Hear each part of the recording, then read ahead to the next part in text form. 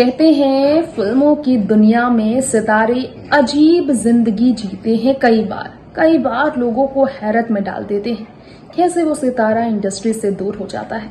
ऐसी ही एक अभिनेत्री है सलमा आगा, जिन्हें एक्ट्रेस के साथ साथ गायिका बनकर सबके दिलों पर राज करते देखा गया। जी हाँ, सलमा आगा, जिन्होंने फिल्म निकाह में ऐसी एक्टिंग की और इस तरह से गाने को आवाज दिया कि लोग उन पर फिदा हुए।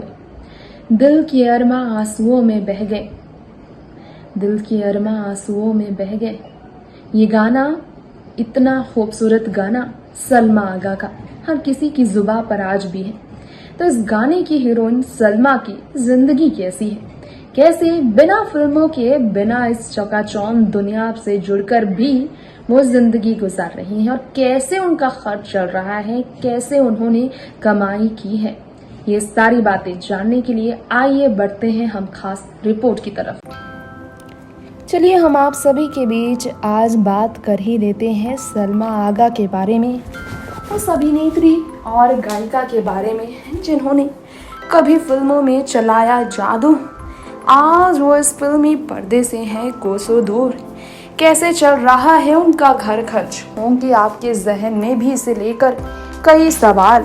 तो आप सभी के सवालों का जवाब हम लाए हैं आप सभी के बीच।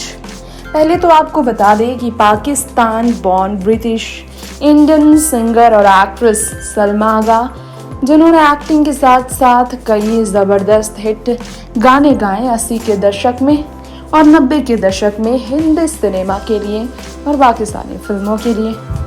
कराची में जन्म लेकर लंदन में पली बढ़ी सलमा आगा ने इंडियन डायरेक्टर्स के साथ किए काम। सेवरल फिल्म ऑफर्स उन्हें इंडियन डायरेक्टर्स से मिले। 64 साल की है सलमा आगा, जिनका जन्म 25 अक्टूबर साल 1956 में हुआ। शादी हुई उनकी जहांगीर खान के साथ साल 1989 में, नवासी में, और साल 2010 तक इनका रिश्ता चला। फिर हो गए ये अलग। बच्चे हैं इनके 2, ज़ारा खान और अली आगा खान। सलमा ने की है बेहतरीन फिल्में। एक बार आपको बता दें फिर से इस बारे में, सलमा की फिल्मों की लिस्ट के बारे में। निकाह फिल्म साल 1982 की ज़बरदस्त थी, जिससे वो काफ़ी मशहूर। सलमा नाम से भी उनकी फिल्म थी। पति पत्नी और तवाई फिल्म में भी वो नजर आई। कसम पैदा करने वाले की फिल्म से लेकर ऊंचे लोग और मीत मेरे मन के, ये वो फिल्में हैं सलमा आगा की जिसमें राजेश खन्ना से लेकर फिरोज खान से लेकर मिथुन चक्रवर्ती से लेकर उन्होंने काम किया अमन ईरानी तक के साथ, माफ कीजिएगा राज बब्बर के साथ। सलमा आगा ने बतौर एक्ट्रेस तो काम किया ही, सिंगर के तौर पर भी उन्होंने ज़बरदस्त हिट एल्बम्स दिए हैं, जिसके ज़रिए उनकी इनकम भी लाखों लाख करोड़ों करोड़ों की हुई है।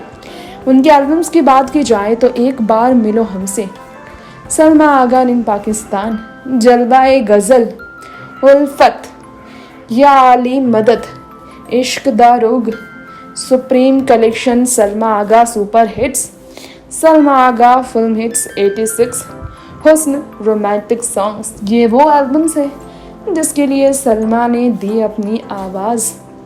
उनकी बेटी ने बॉलीवुड में करियर बनाने की काफ़ी कोशिश की, लेकिन सलमा अपनी बेटी को इतना चमका न सकी। निकाह से रातों रात मशहूर हुई थी सलमा। 2 बार तलाक हुई है सलमा आगा की, शायद आपको मालूम ना हो। अपनी करियर की वजह से वो काफ़ी परेशान रही।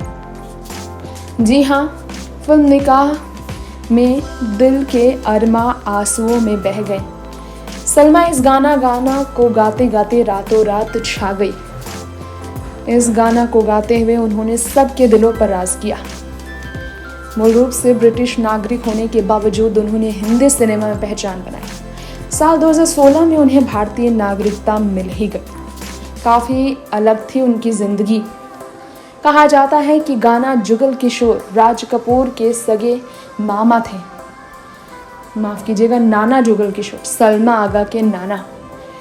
इस लिहाज से देखा जाए तो सलमा की मां नसरीन आगा राज कपूर की बहन लगती थी। सलमा ने बताया था राज कपूर ने उन्हें फिल्म हीना से लॉन्च करना चाहा, लेकिन नानी उनकी फिल्में करने से बिल्कुल खिलाफ हो जाती थी, इसलिए मौका नहीं मिला। बाद में उन्होंने फिल्मों में काम भी किया अलग तरीके से। कहा जाता है कि सलमा ने फिल्म निकाह इत्तेफाक से किया है। नौशाद साहब के घर एक गाने के सिलसिले में पहुंची और फिर दिया चोपड़ा से उनकी मुलाकात हुई। तलाक तलाक तलाक बना रहे थे वो उस वक्त, और आवाज़ सलमा की उन्हें पसंद आई और यहीं से उनकी करियर की हुई शुरुआत। फिल्म का ऑफर मिल गया और फिल्मों से भी ज़बरदस्त उन्होंने नाम कमाया। वैसे तो गायकी में उन्होंने ज़बरदस्त अपने आवाज़ से पहचान बनाई और करोड़ों कमाए भी, और वो एल्बम्स हमने आपको बताया ही। साल 1980 में सलमा की पहली शादी जावेद शेख से हुई, लेकिन ये रिश्ता नहीं चला। साल 1989 में वो उनसे अलग हुई। दूसरी शादी रहमत खान से उनकी हुई, ये रिश्ता भी टूटा। तीसरी शादी मंजर शाह से उनकी हुई, जिससे उनके एक बेटे और बेटी हुई, लेकिन ये रिश्ता भी साल 2010 तक ही चला। सलमा के इनकम सोर्स की बात की जाए तो सलमा की इनकम सोर्स वही है जो उन्होंने कमाए और संपत्ति अर्जी, जिसके कारण आज वो किसी के सामने झुकती नहीं और ना ही उन्हें फिल्म करने की ज़रूरत अब पड़ी है।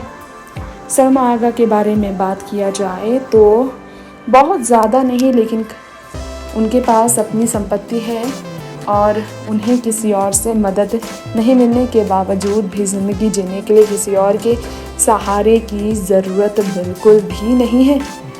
1 से 5 मिलियन डॉलर की संपत्ति फ़िलहाल उन्होंने अपनी मेहनत से इकट्ठा की है।